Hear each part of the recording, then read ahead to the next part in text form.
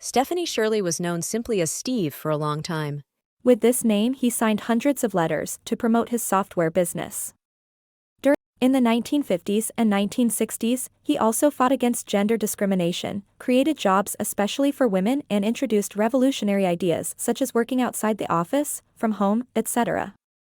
Although initially no one believed in her success, but now 91-year-old Stephanie Shirley is the owner of $3 billion. Thus she emerged as a tycoon in today's technology world and also became the first independent programmer in the world.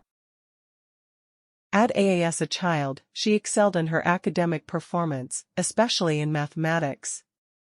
They even had to be transferred to a children's school, where classes in this subject were taught, so that they could learn according to their skills.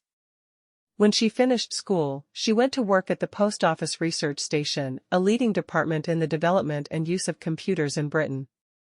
Stephanie, one of the few female employees, helped write computer programs, which was quite unusual for the time. To stop her fans from freaking out, she told them that she worked at a post office, hoping that they would think that she just sold stamps and that they were not a big threat to her. There she met physicist Derek Shirley, whom she married. So she changed her name to Stephanie Shirley. Although she claims that she loved her job at the post office, she also admits that gender discrimination was a major obstacle to her advancement there. "My boss didn't offer me a promotion because I was a woman," she told the BBC in 2019. She said that I was completely fed up with gender discrimination. "I used to stand with my back against the wall so that no one could touch my buttocks. And I used to stay away from certain types of people, and then there were many other things that I left this job." From day one, he promised that the company would employ only women if possible. And of the first 300 employees, 297 were actually women. She preferred those who had children because she knew they would have trouble finding work. They allowed such women to work from home so that they could take care of the children more easily. It was a completely revolutionary thing in the 60s. The women wrote programs with pencil and paper and sent them by mail. The company grew rapidly until it employed more than 4,000 women at its peak. In 1975, the company was forced to hire men after the UK Sex Discrimination Act was passed.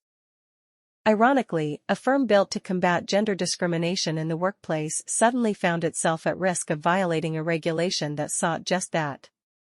"That's the way it should be," said Stephanie. "A mixed workforce is much more creative."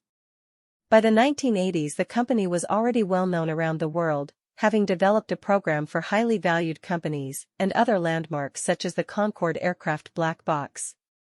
Stephanie Shirley ran freelance programmers for 25 years. The company was listed on the London Stock Exchange in 1996 as Zensa and was valued at hundreds of billions of dollars. This year he surprised everyone again with an unusual decision. He gave a portion of his shares to employees, who owned more than half of the company.